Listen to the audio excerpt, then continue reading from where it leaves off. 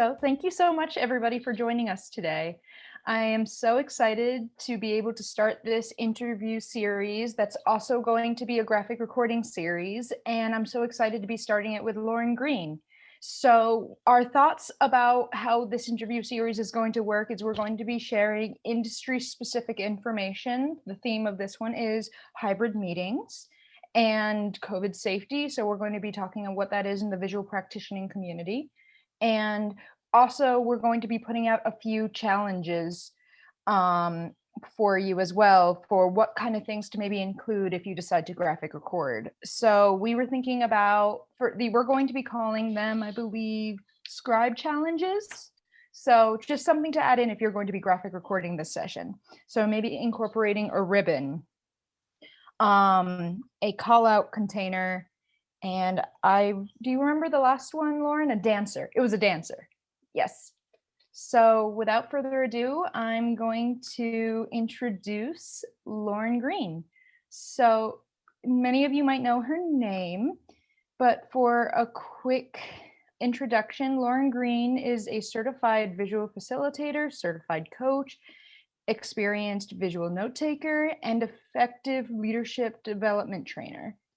She believes in the power of visualization to support productive and dynamic group processes and knowledge management.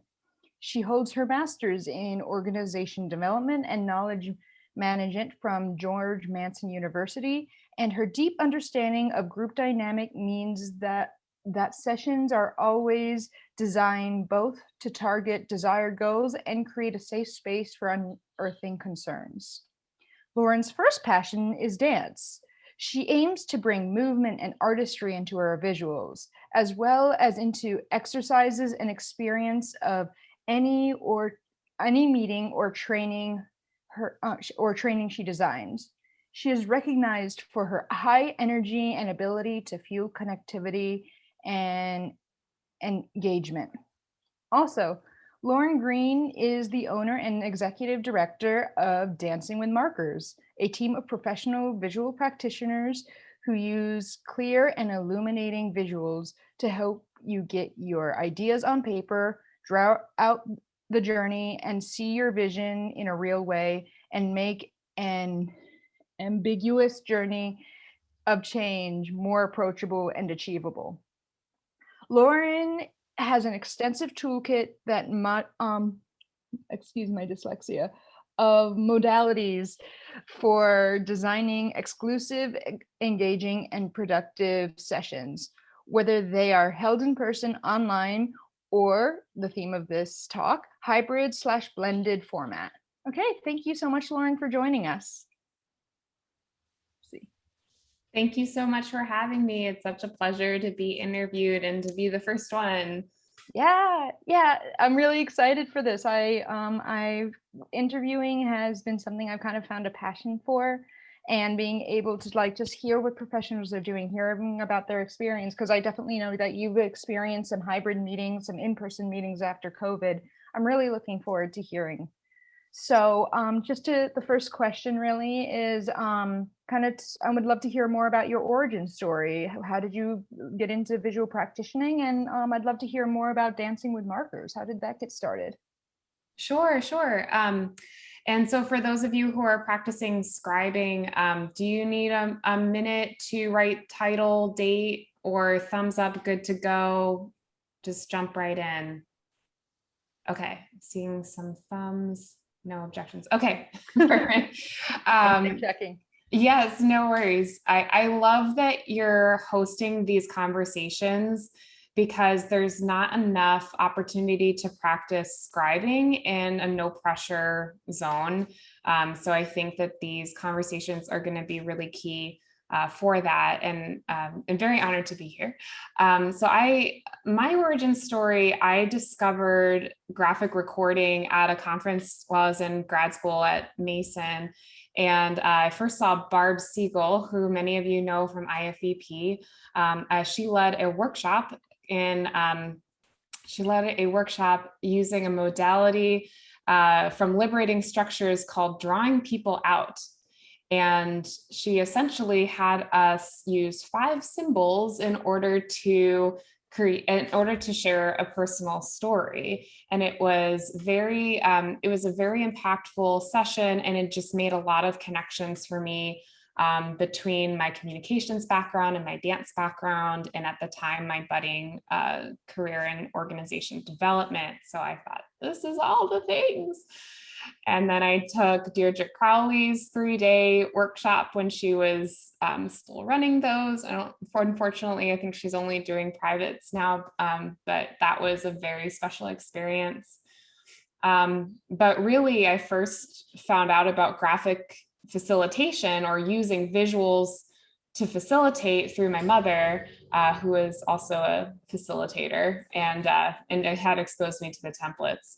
Can you hear the lawnmower in the background, or is it okay? Just a little bit, but you're coming through loud and clear. So. Okay, let me know, because I have the window open and I can close it. I know listening is so important for a job. Yeah, it's not distracting at all. So it's just, okay. It's almost like a fan going. Okay, let me know. I can certainly close the window. Definitely draw a lawnmower. And a cat, no worries. And then for Dancing with Markers, that birthed when I was on the visioneering team at OG Systems. Many of you know members past and present of the OG Systems visioneering team based in Virginia, and they hired me on, and it was such an opportunity to work with this dream team of visual practitioners.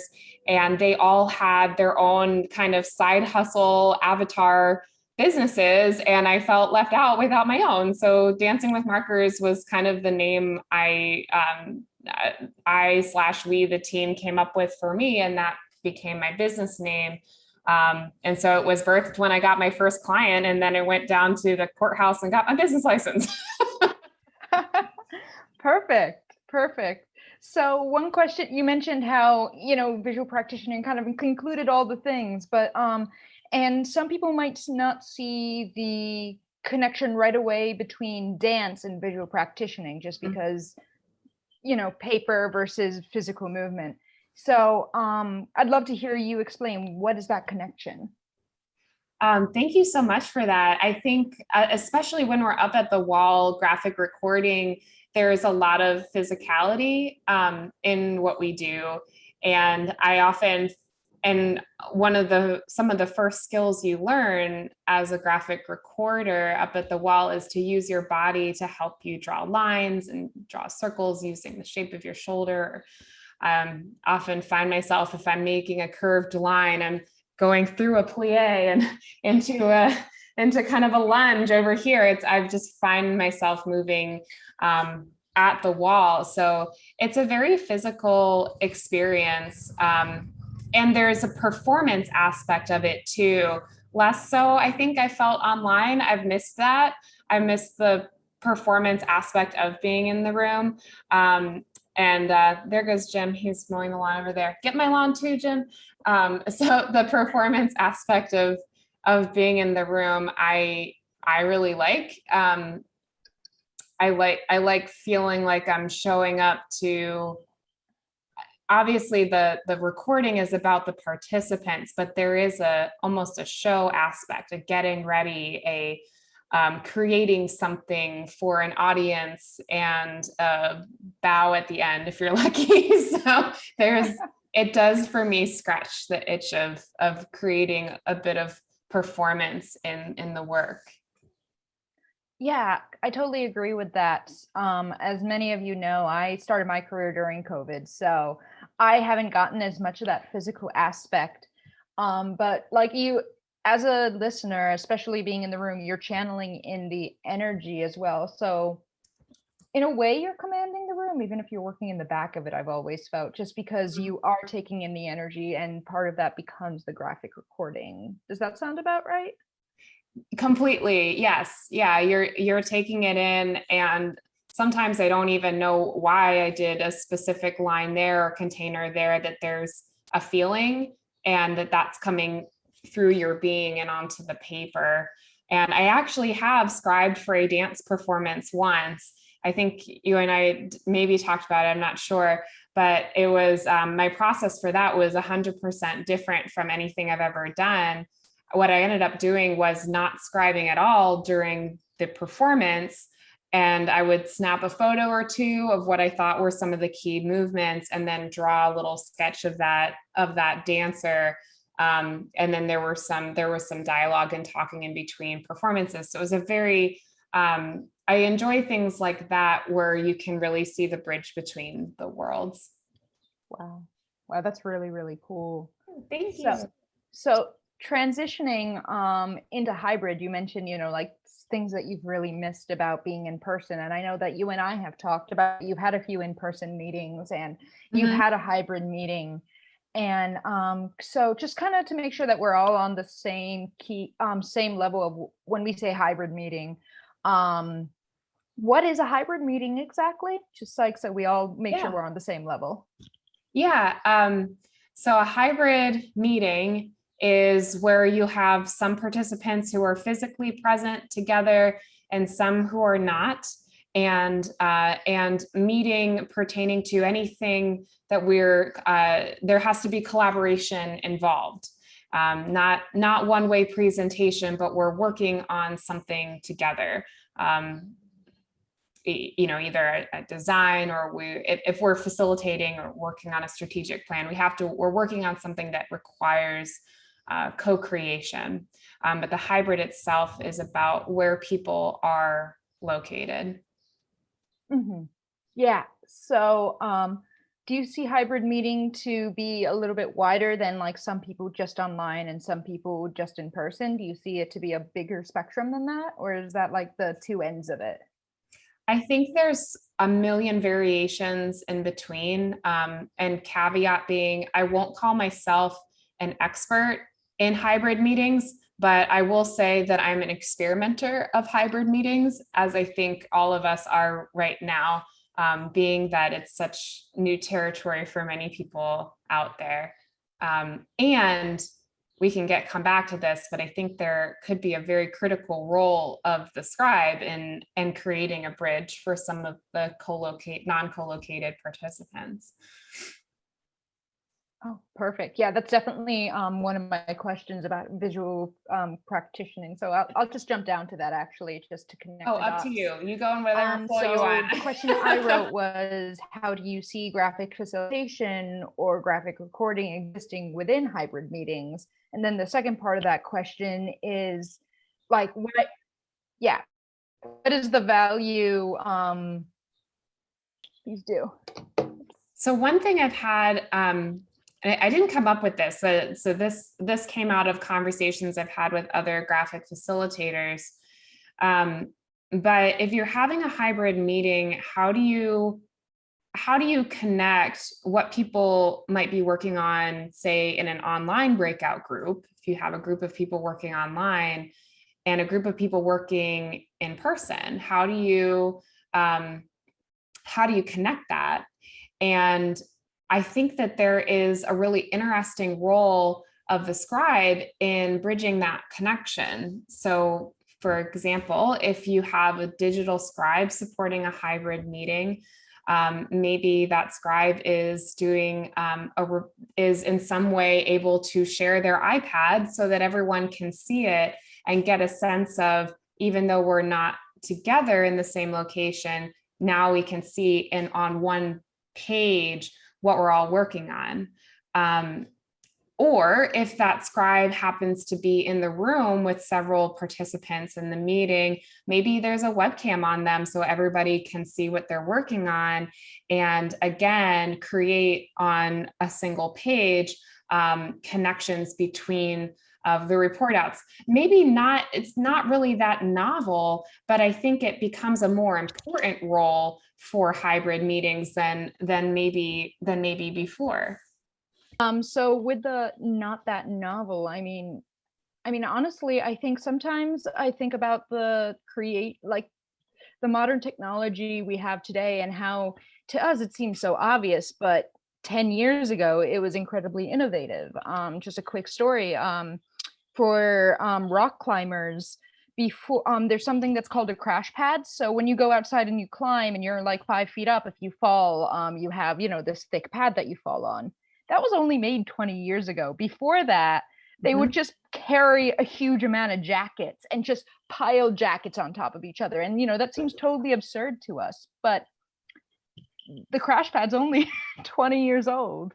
And I'd imagine that deaths have gone down a huge amount. So even though coming back to graphic recording and being able to use these ideas that might not be novel, but they're just so efficient that, they're not being used right now. And, in 10 years, people might be looking back and say, wow, that was absurd what they were doing before. It should have been so obvious. This is what should have been done now, what should have been being done now. Wow, I still didn't phrase that right. So that actually leads again into another question. That is, so with that idea of the iPad and continuing like innovation within the meeting, what kind of equipment do you see maybe becoming essential within hybrid meetings that might not be essential to meetings right now? Sure. Yeah, I can definitely talk a little bit about some of the ideas in terms of technology. So I think the list I'm going to give you is not for the scribe, but for someone who's facilitating a meeting. In terms of a scribe, I think your technology is the same as it's always been, whether you're working digitally on iPad or whether you're working on paper, and it's up to the meeting organizers to make sure that the room is connected, the rooms are connected with what they need. And so I think, and so I'll say this to sort of shameless plug, July 16th, coffee chat with Dancing with Markers. And I'll put the link in the chat in a second. We're going to do an interview with Mike Muddy Schlegel, who with Whiteboard Academy, who is greatly thought of as the guru of technology and all things graphic facilitation. And we're going to talk specifically about hybrid technology, but I will seed that much more expert conversation with this, which is thinking about what are the use cases that you need to consider when you're planning a hybrid meeting. People need to be able to hear, people need to be able to see, and what else? They need to be able to work on a common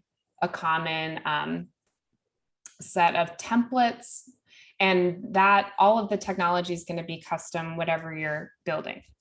That being said, a couple of the things that I've played with for smaller meetings where you might have a group of people in the room and just one or two people online is what I'm fondly calling a meeting mannequin. And I just posted something on social media today.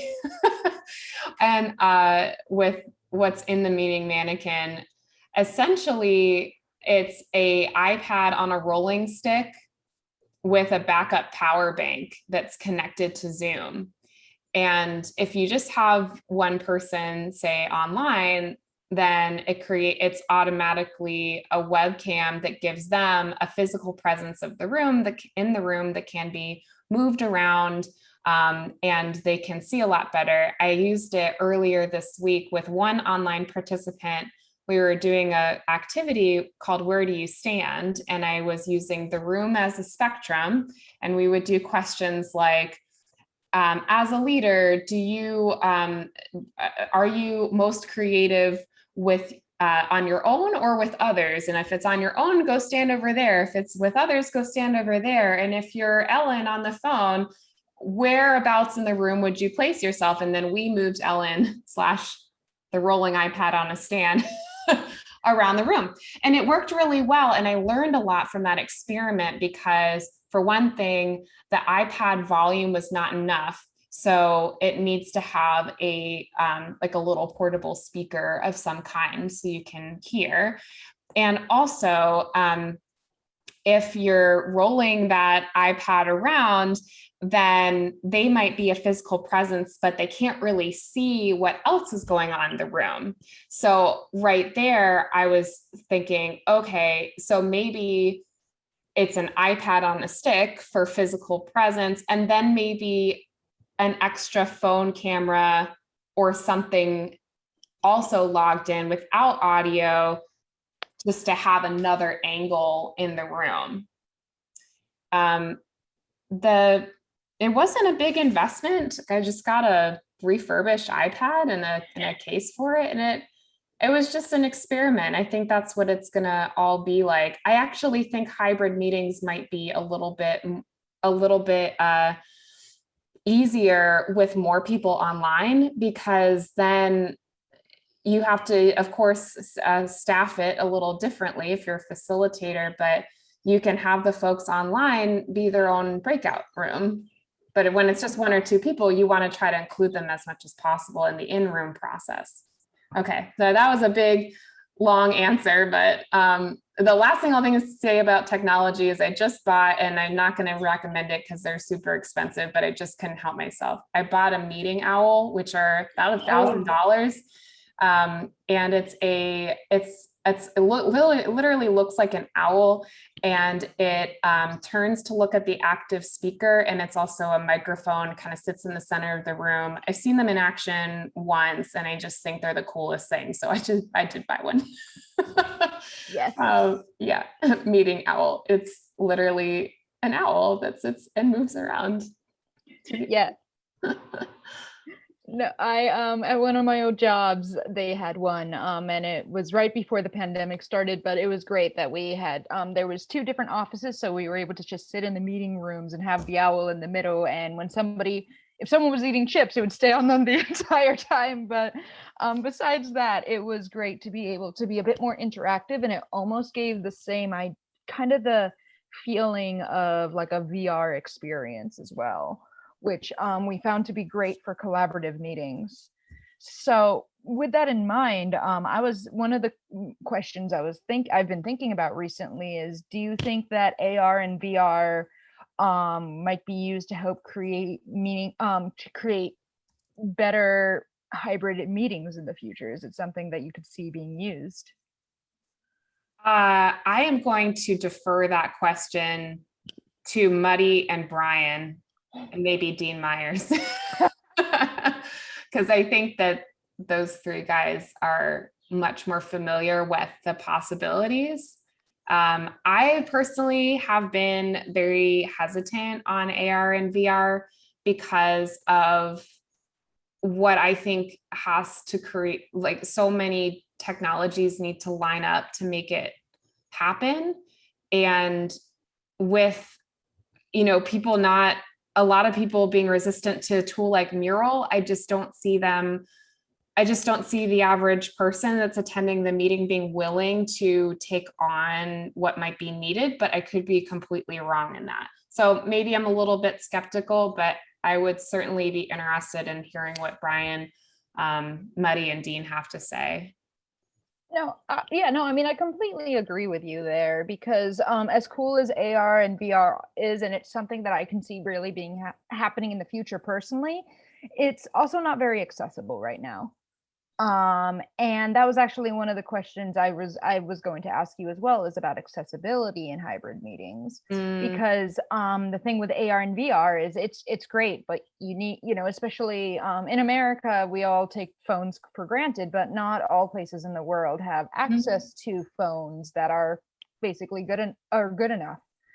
And that, as well as, we all know that the AR VR headsets are also very expensive. So assuming that, like, for example, let's say an entire business where everybody's assumed to have one, that means that the business probably has to have enough money to be able to pay for all their employees to have one, so that they can have these meetings with AR and VR.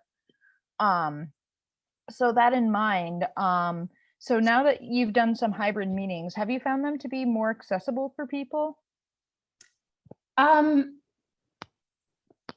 don't know if I can say that with a lot of confidence just yet. I think that with the couple of meetings I've had so far, where it's been one or two people online and everyone in the room, even when we've maybe felt like we were struggling in the room to make it as inclusive as possible, it's been well received and appreciated. So maybe the knowledge that the effort is there is helpful. And in both situations, I think that more so than technology, the thing that ensured that their participation in for that particular model was having a facilitation assistant in the room. And so whatever the technology setup or quirks or whatever happened, that person's whole reason for being there was making sure that whoever was online was heard, contributed. If we were using sticky notes, they transcribed them. If we were looking at a chart in the room, they either took a picture of it or moved the meeting mannequin so that they could see it. And so their whole role was to ensure that that person had as equitable of a process as possible. Wow, that's a really, really interesting thing. That's really interesting to think about. Something you mentioned before was the idea of, like having a separate camera besides just the iPad. Yeah. And I think that the owl is going to come in a huge amount of use with that, and just making sure that the person online is able to see everybody in the room. Yeah, it could be an owl, it could be just another iPad, it could be an iPhone. Like, the great thing is that we've all got, most of us have devices, hopefully, and there's lots of, you can get recycled, refurbished devices, or the one, your old iPhone that's just sitting around that you're not using anymore can become a meeting device as well. I think I would encourage anyone who's thinking about hybrid meetings to not stress and use what you have and bring in a helper, and it's all going to be fine.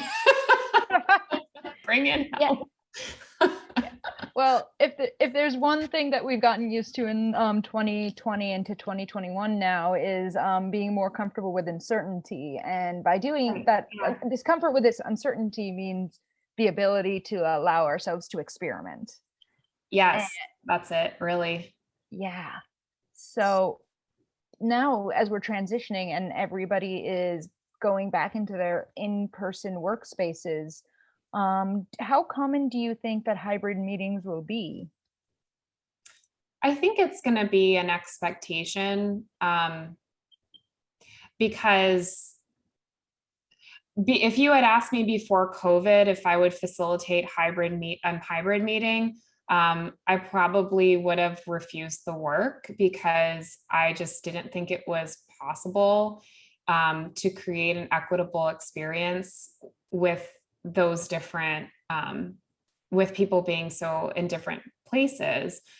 But now, with people wanting to work from home, and for many, many people, it being much safer to work from home, I think we have to adapt and adjust to meet that need, which means experimenting. And fortunately, we've spent a year doing it. So we just keep doing it. And I think with virtual, maybe there was a little bit more of a formula to follow in terms of leading best practices. Shameless plug for Brian's latest book, Surviving the Horror of Online Meetings, with illustrations by Mark Monlux, who was on this call, edited by yours truly. And I think that with virtual meetings, it was a lot easier to be a little formulaic and have some really set best practices. And with hybrid, we're going to find some general things that will work. And I think as we get started, it's going to feel like every single meeting is completely different. Rachel and I have been, thank you, Rachel. We've been working on a Nova Scribes hybrid meeting that we're hoping to launch later this summer. And the whole purpose of that will be to have a hybrid session for Nova Scribes members. And it'll be kind of meta because we are planning a process where you'll be able to work in breakout groups and plan in different variable scenarios of hybrid meetings. This was something that Rachel actually came up with, was let's give breakout groups different scenarios, such as 4 people in the room, 5 people online, scenario A. And then in the next one, it's 10 people online and facilitators somewhere else, all the different possibilities, or 4. And so we're going to have that session later this summer. So definitely look out for that. And I think that will be such an opportunity to get pull our heads together for that. Thanks, Rachel. You're a really fun collaborator and you have great ideas. Heart. That sounds fantastic. I'm excited to join that too. Oh man, excuse me. Because I've been trying to experiment with some hybrid meeting spaces, like the app called Spatial, and which is a mixture of AR, VR, or just on your computer or just on your phone. And as fun as it is, it's a little bit like a video game. And if you don't have the right controller, it's a little bit hard to get your head around. So I'm really excited to hear about different scenarios and like different problem solving. Yeah, and it's like, I think the name of the game with hybrid is collaboration. Yes. I'm guiding some hybrid webinars over the next week, the next couple weeks, and I'm going into it like the power is in the room, the knowledge is in the room, for the facilitators out there, and so we figure it out by not working solo and by bringing in and bringing in better minds. Oh, nice. That is so cool. About Spatial. Phil put a note about Spatial in the chat. That's super cool. That is super cool, Phil. Phil, that's awesome. Nice. Oh my God. Yes. No, it's a really cool, it's basically, what I've been thinking about it is it's like playing a video game, but you're actually having a meeting within the video game. So it's if you have an iPad, I think it's only for iOS products. So it's free to download, try it out. I'm going to be hopefully hosting a virtual gallery in Spatial in September. Oh yeah, please do. That's awesome. So it's going to be an interesting experiment. That is super. So here's a big question for you. So as you've been doing these hybrid meetings and you say you're going to just be doing this series coming up, I'd love to hear more about what are the biggest challenges and pain spots that you see specifically. We've talked about like the space and having everybody in the room and hearing everybody, but I'd love to hear more about that. So for my next trick, just kidding, hybrid, I had started this hybrid brainstorm Google Doc, which I'm going to share in the chat. And this is, many people have contributed to this document.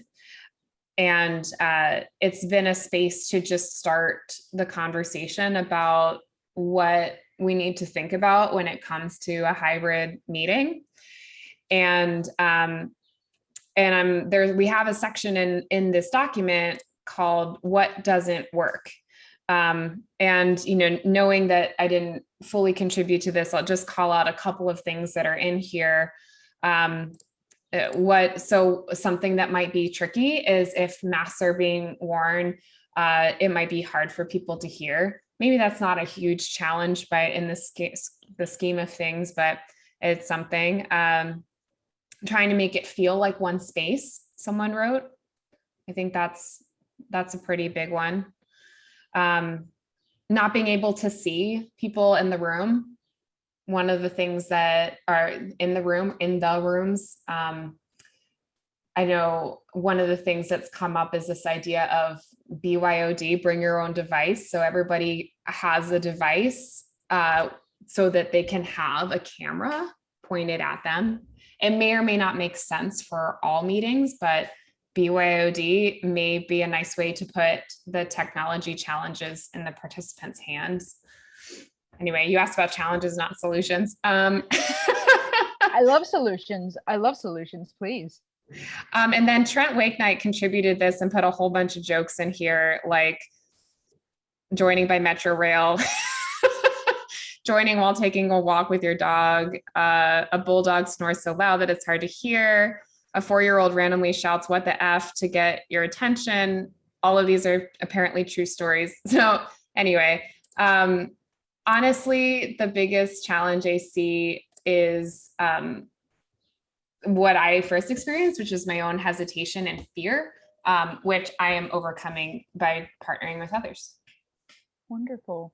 So for you, the key really is collaboration. And do you find that collaboration, this is kind of less about hybrid meetings and more of an overall about collaboration. is by making it a collaborative experience, people are more willing to be flexible. Would you agree with that? Is that something that is one reason why you like collaboration in the hybrid space? So when things do go wrong, like your internet fails or whatever happens, people are willing to work around it. I think if for a hybrid meeting, if I was trying to guide a group through a process and I am focused fully on the process and probably what's right in front of my face. And so that means that my attention is not going to be able to take in the full breadth of everybody's experience, which means you have to have more people helping out and in different roles.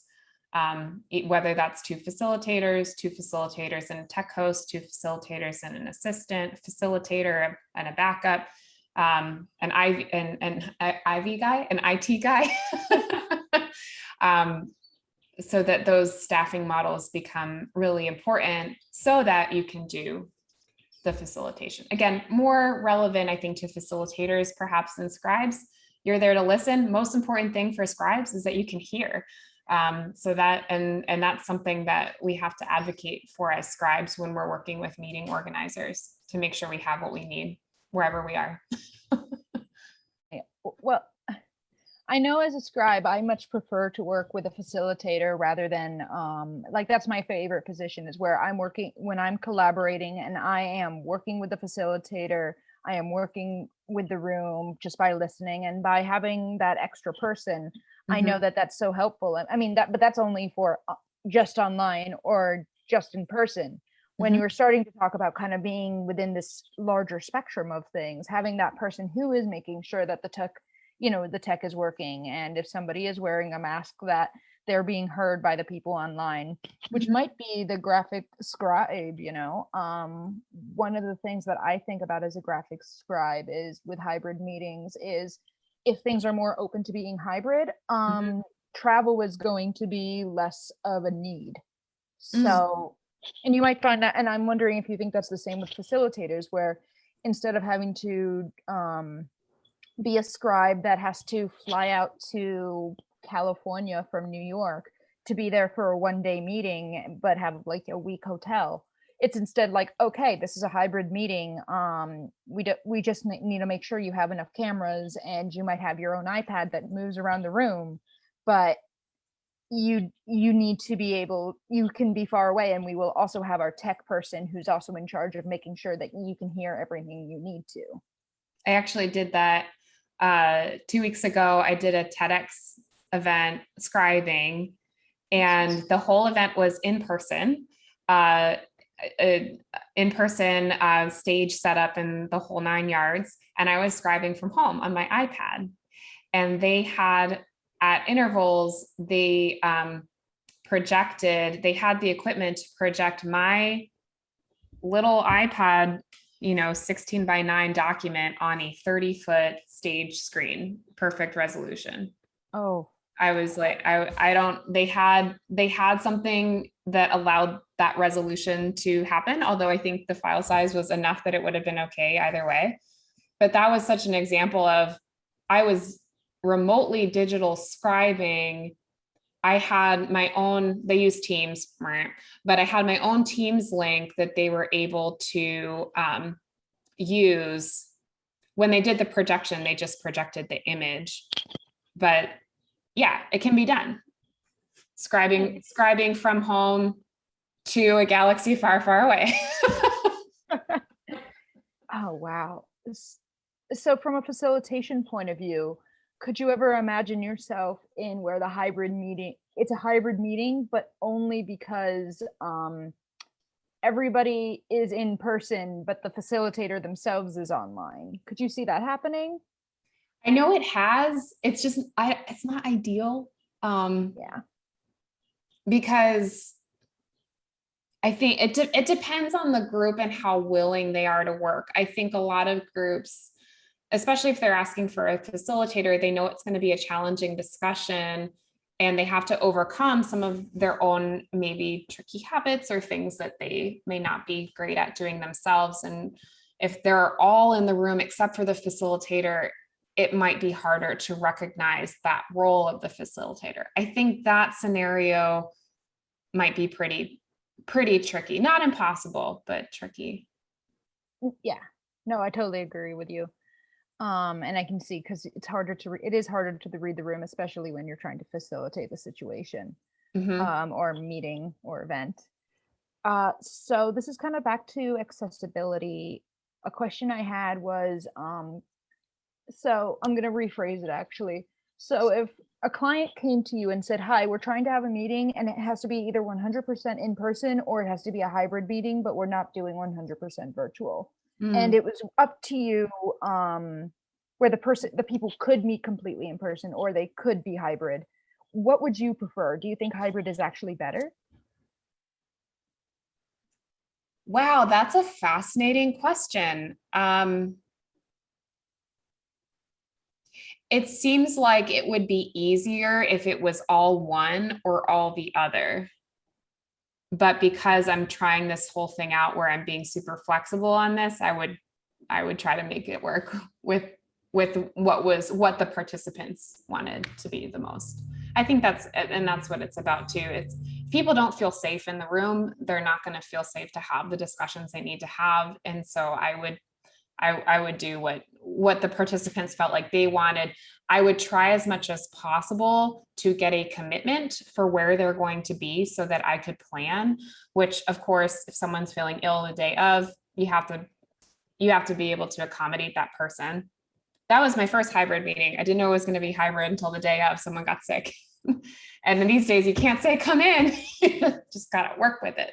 And I did not have a backup plan. So I was like on bended knee bowing to the IT guy that showed up to help us out. He was great. Wow. Wow. Yeah, I think you and I talked like a week or so after that meeting happened, and just like, oh, this person's sick. They just can't come in, because that's going to be a reality. You just not, if you have Yeah. the flu, you're not going to come in anymore. Mhm. Which I'm totally for. I'm totally for that. Because it's great when not everybody gets the flu or COVID. But so a lot of the reasons why we're having these conversations now, and these conversations weren't really even existing in hybrid.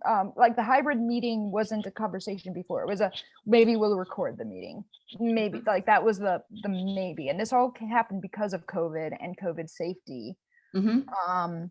So as we kind of go more and more in person, and it's becoming, masks off and it's not required and people are expected back in the office and everything else.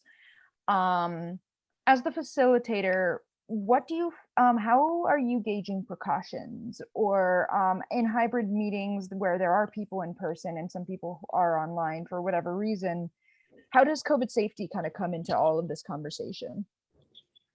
And the first thing I'll say is it's changing every single day.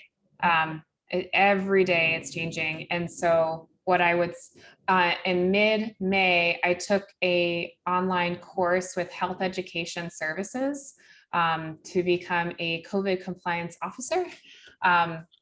Do I recommend facilitators do this? Not necessarily. I just wanted to have kind of a little bit more understanding for the purposes of empathy.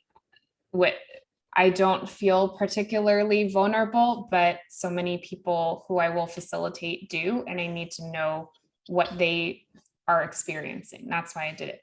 That they do have a great course for Health Education Services has, it's called Pandemic something advisor, Pandemic Compliance Advisor, PCA, something like that, that you can take as a meeting professional and get some basic knowledge.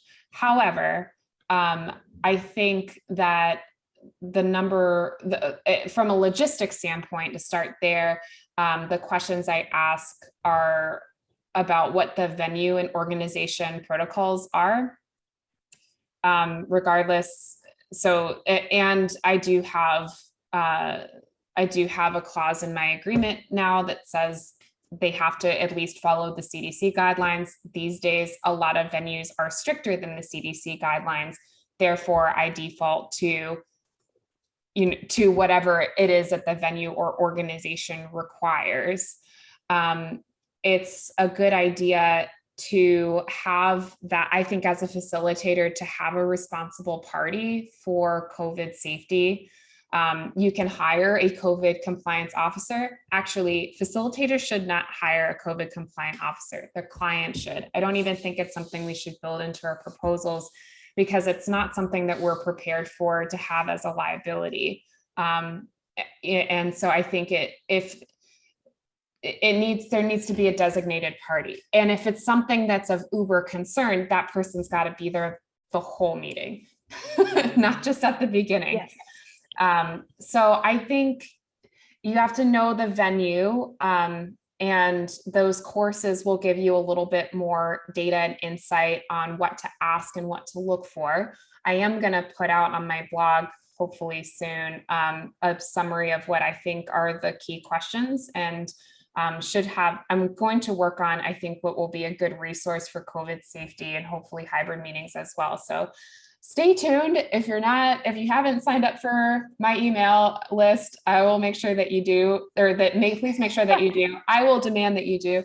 Please make sure that you do. I'll send a link so you can get on that and find out when I put that up. But meanwhile, you have health education services if you really want the detailed view of what to ask and what to look for. So you add into the venue. I include in my kits now, just making sure I'm bringing my own sanitizing wipes, extra masks, and even gloves to support the safety in the meeting. For my smaller meetings that I've just had, I did these little Happy Meal kits where I got, in weddings where you have like party favor boxes, I got one for each participant. And I wiped down markers, and you can't wipe down sticky notes, but I meant write down markers and gave everybody their own sticky notes and their own markers in their little kit, and some, hand sanitizer, individual packets that were not that expensive. And so that was not just to try not to share as many things. And I think there's different things that you could do related to that. So I don't want to overwhelm anyone again, because so much now that people are vaccinated and organizations are relaxing their policy, it's so much is not required. So I'll say this: at a minimum, get name badges and those little sticky dots, and have people put a sticky dot on their name badge, color coded to what they feel their personal comfort level is. And a red dot is please maintain your distance. I would like to keep my mask on. A green dot is hugs welcome. And a yellow dot is please ask me first. Proceed with caution. Regardless of all of the advice and changing circumstances, letting participants make their own choice and honoring that is a big first step. Yeah, I think kind of like with the idea of just like collaboration and the importance of like meetings being collaborative and less lecture form, I think that's really fantastic to be able to give the participants autonomy as we're going into in-person meetings again. And one of the things that I think could be a strong positive for hybrid meetings is if there are people that are still very uncomfortable, for example, if they have an immuno disorder where they can't get the vaccine or something Right. of that sort, that they can still have access to these meetings, but also know that they don't have to be in person in order for their own safety. Yeah. So, did you have something? I was just wrapping up. No, I was like agreeing and then thinking about it and agreeing again. So go ahead and wrap. Yeah. So Lauren and I have been talking for about 50 minutes, 50 minutes, because we got started at about 5:35. So at this point we have about I can math 35 minutes left to kind of share any thoughts, questions. But before we do that, I know that Lauren has this fantastic course that's out for yeah. And so I want to make sure that she has the space to be able to talk about this course that she has. Thanks. So I'll share a couple of things that I've launched over the last few months. The first is something that's free, and this is specifically for visual note takers, whether you're graphic recorder, digital scribe, sketchnoters. This is a resource for anybody who's starting out, called Start Your Visual Note Taking Journey. And if you are a veteran scribe, you can, if you'd like to, you can share this with people who ask you, how do I learn how to do that? It's just a few videos and a big long list of resources that if somebody said, hey, there's this course, hey, there's this book, I've tried to incorporate that on this list. So that was the first one, is the Start Your Visual Note Taking Journey. And the next one is, I've launched my first online self-paced course called Introduction to Facilitating with Visuals. And this is definitely been a passion project and something that I hope will be a really positive resource for facilitators. And it's all self-paced. It's 7 modules plus a bonus module on Mural. And it starts with, again, specifically for facilitators who want to build visuals into their facilitation practice. It starts with basic drawing, but it doesn't cover as much as you would get from a graphic recording training. It covers making better flip charts, making better slides, doing light animations for improving slides. It includes tips for drawing live and on the fly in front of a room. If you're just trying to demonstrate something quick, like a model or metaphor, there's a module on visual templates, what's already out there, plus how to design your own. There's a module on visual energizers that you can use both online and in person. And there's a bonus module on using Mural. So it's a course that could take you 8 weeks to 8 months, depending on how you break it up. And I do give guidance in the beginning on how to space it out. But definitely it's been a fun project to get out there and to launch it. There is a discount code called Let's Jam 25.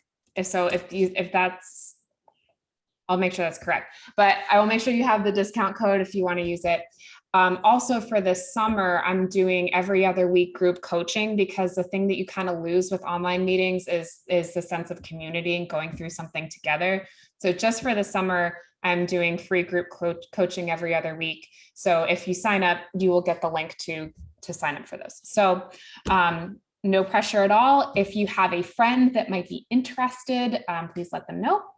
And that's a little bit about the course. So I appreciate you listening and having the opportunity to do a little plug. Yeah, of course. I'm happy to let you have it. Thank you so much for being here with us and kind of giving your expertise and your experience on in-person, virtual, and as well as hybrid meetings. I found this to be a really interesting talk. So thank you. Thank you. Thanks for having me. So I'm going to keep the recording on. If anyone's uncomfortable, I can turn it off now. But if anyone did some graphic scribing or has any questions, then the floor is open. Come off mute and start showing off.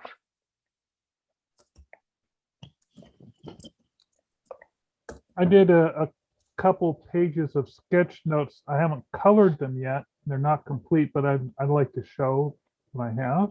Yeah. So let me. I'm so excited. Could you click the share screen option? Yep. Let me make sure that let me get this going. All participants. Okay. Let's see. Can you share now? Let me give it a shot.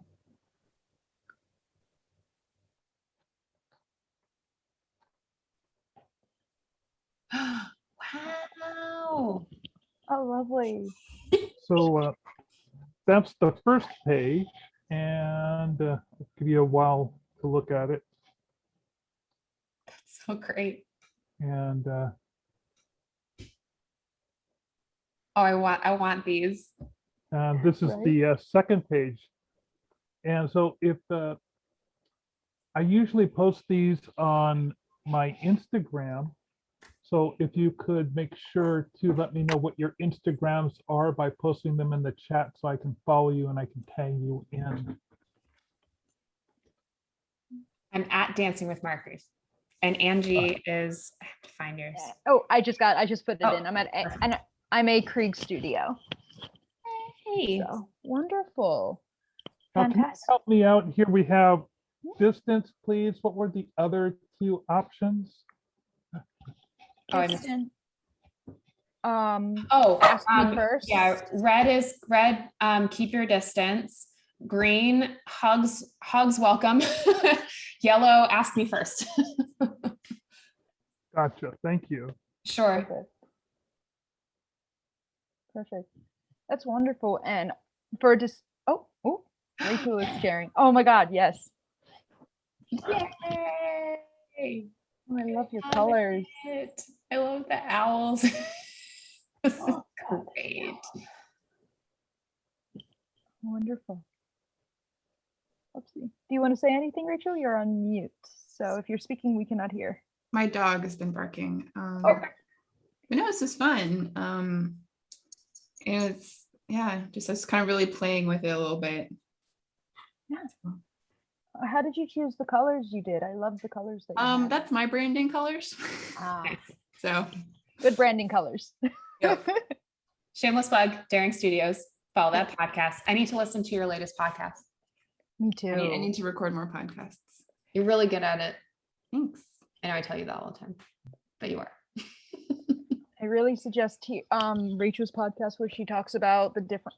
Let me get this right. You were talking a lot about what it is to be kind and being nice, or is it just about being nice? It's called Abandoning Being Nice is the podcast. The podcast is called A Note of Daring. The episode is called Abandoning Being Nice. I love. And Yeah. it's my thoughts on how niceness is not kindness and that we don't need to be nice. Yes, I remember that. I love that podcast. So that's like one of my favorite episodes. Sarah, I saw that you were sharing your screen. I can spotlight you so that you can, so it can be seen in larger. Does that work for you? Sure. So I'm not really, I don't know how to share the screen with what I'm doing here. So I'll do, there's my camera. And then there we go. I just spotlight you. Oh, lovely. Love it. It's a lot of interesting. The orange color, both from you and Rachel said it's part of her branding. Did you have any insight about pulling in that color? I love the containers in this. This is very. I am, what I'm trying to do is get the drawing. Project canvas. Yeah, where the heck did that go? Preferences. Oh, preferences. Okay. Yeah. Project canvas. Oh, turn it off and then turn it back on. Sometimes oh, now it's sideways. Now it's sideways. Oh my gosh. I don't know. That's weird. I've never seen that before. I know. I've been having trouble lately. So yeah, I don't know. I've just been vibing with this orange. I use a lot of blue and I just like it. So I don't know. I have this kind of, I don't know. I'm just roll with it.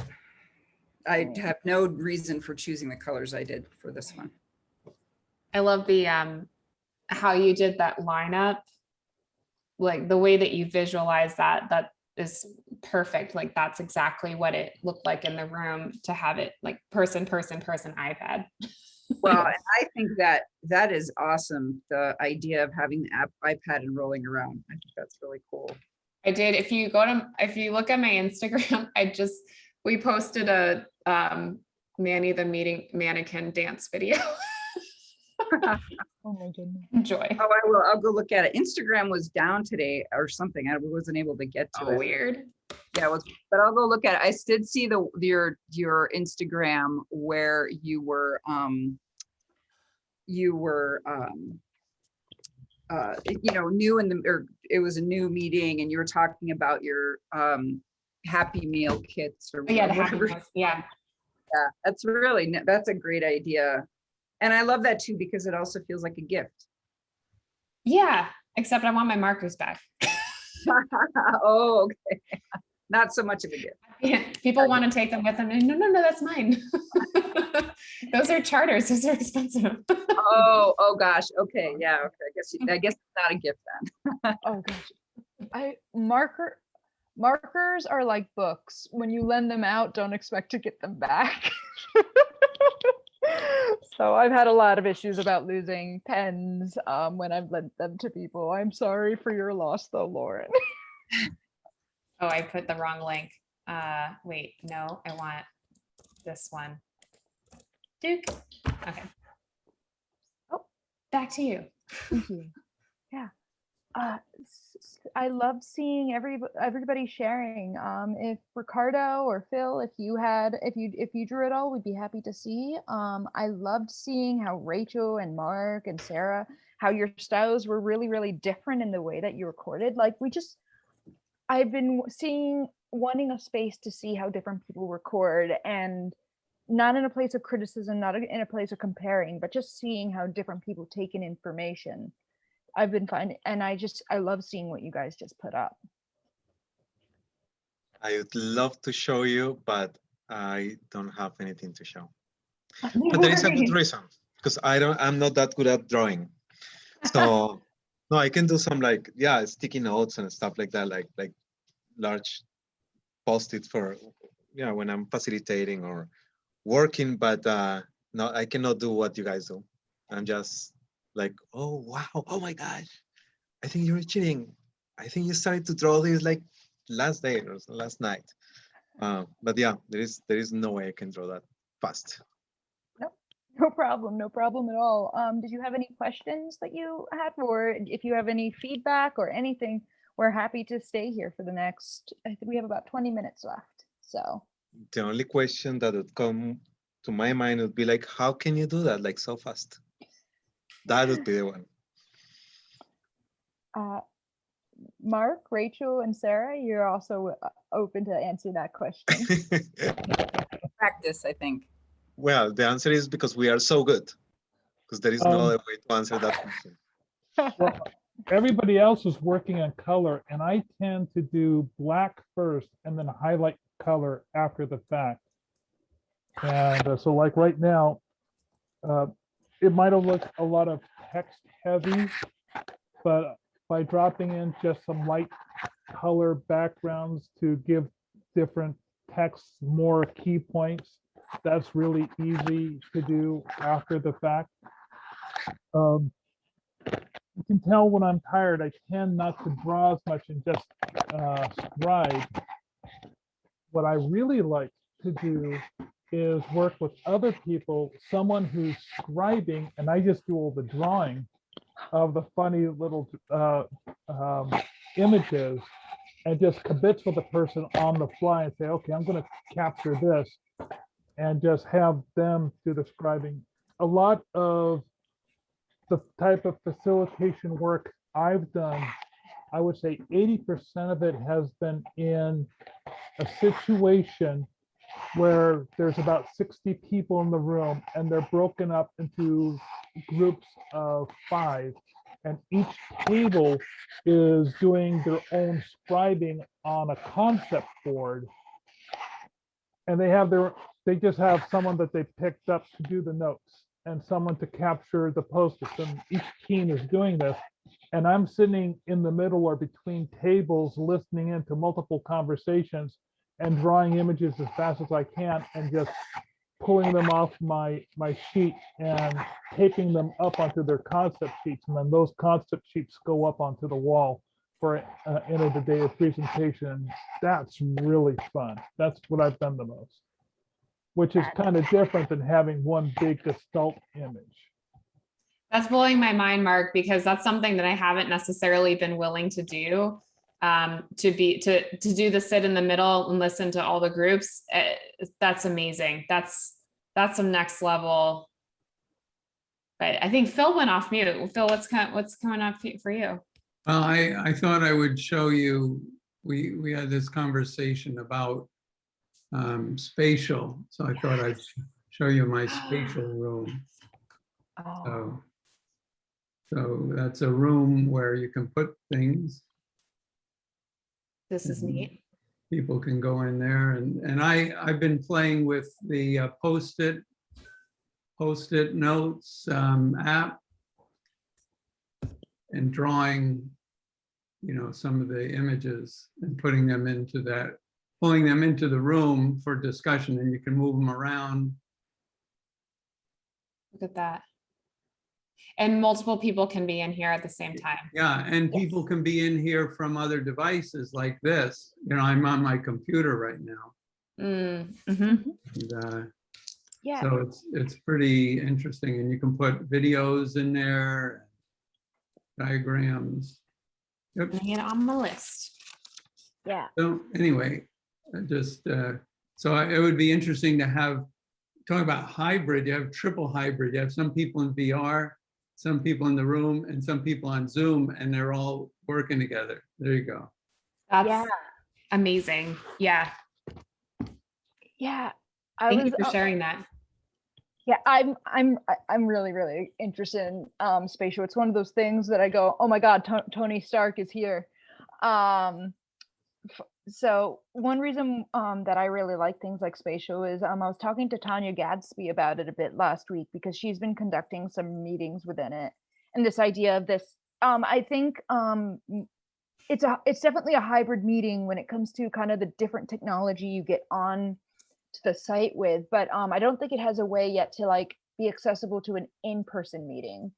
But that said, like I think with all of hybrid right now and all of us in this kind of like end of COVID times, everything is just so experimental and we get to try so many different things. And I see things like spatial as this incredible tool that's just going to keep getting better and better and better.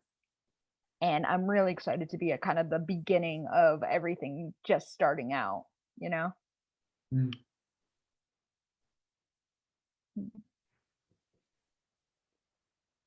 So for anybody who is listening or graphic recording or both, I have a question for you. So what was your experience about graphic recording an interview rather than a meeting or event? Did you find it to be a different experience?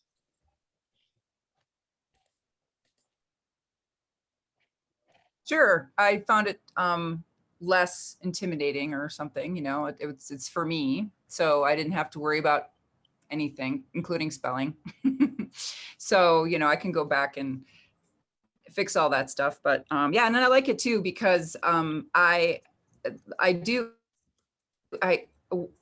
I'm trying to get myself, like this is my stretch goal for 2021, is to get more graphic and less content, like try to really understand where the balance is between those two, where I'm not writing so much, but I'm still capturing what's good and what's important. So what's nice about this is that, well, first of all, Lauren, it was great graphic recording you because it was easy. Oh, thank you. You use a lot of, you use a lot of visual language, and that's always really helpful.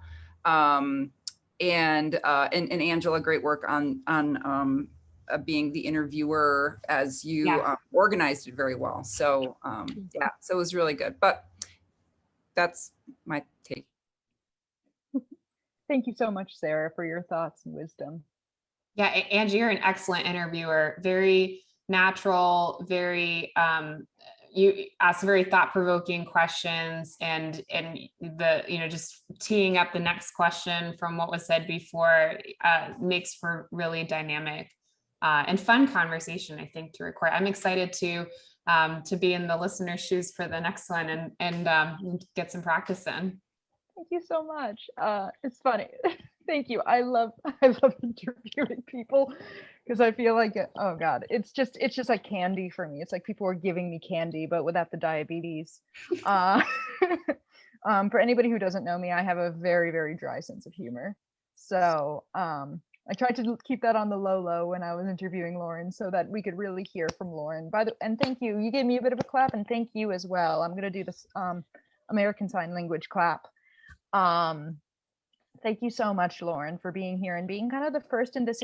Speaking of experiments, this interview series is an experiment about us all graphic recording together and being able to get industry specific information. So thank you for being the first one. Thank you for, standing up to the batting plate. I think that's the saying. I can always talk. Just kidding. No, I'm really happy to be here and have the opportunity, yeah, and share, and also just share some of the resources that others have shared with me and that I'm putting out there. Thank you. Something wonderful about our industry and just being graphic facilitation, the IFVP community, the visual practicing world, is I'm so grateful for how generous we are with each other. And everybody's been very generous with me, and I really want to be able to give that generosity back. Oh, thank you everyone for and Phil, it just reminded me, because you popped on off camera and back on, and no big deal, but just thank you for being on camera. It was just Yeah. It was so great to see faces when it was possible. So we didn't even set that as a norm, but just that was really nice. I appreciate it. Yeah. Yeah, I loved seeing everybody's expressions, and I could see who was drawing and who wasn't. And I was happy to see a little bit of both.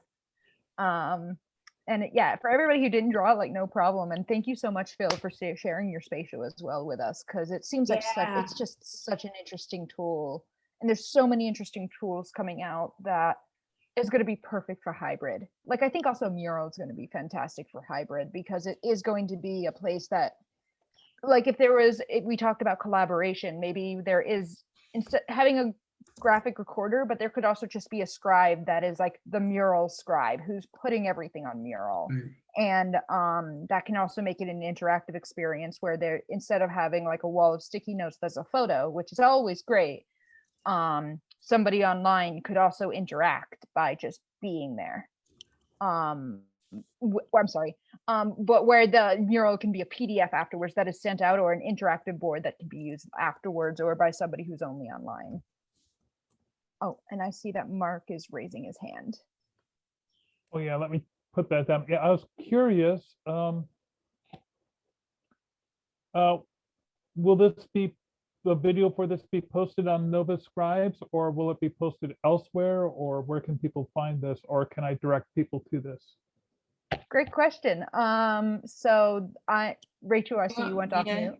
Yes, please. Yeah. So most of the Nova Scribes videos are found actually on Brian's Lizard Brain YouTube channel. And then if you go to past events, they're usually in the link, in the comments. I think there's a little bit of a backlog, but that's probably the place that their home would be on the internets, but then can be shared and wherever you want to share them. Thank you so much, Rachel. And thank you for when you were also posting links, by the way. Very, very much appreciated.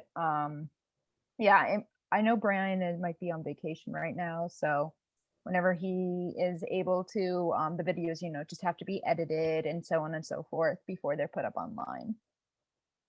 So at this point, thank you so much for coming. I'm turning off the recording now.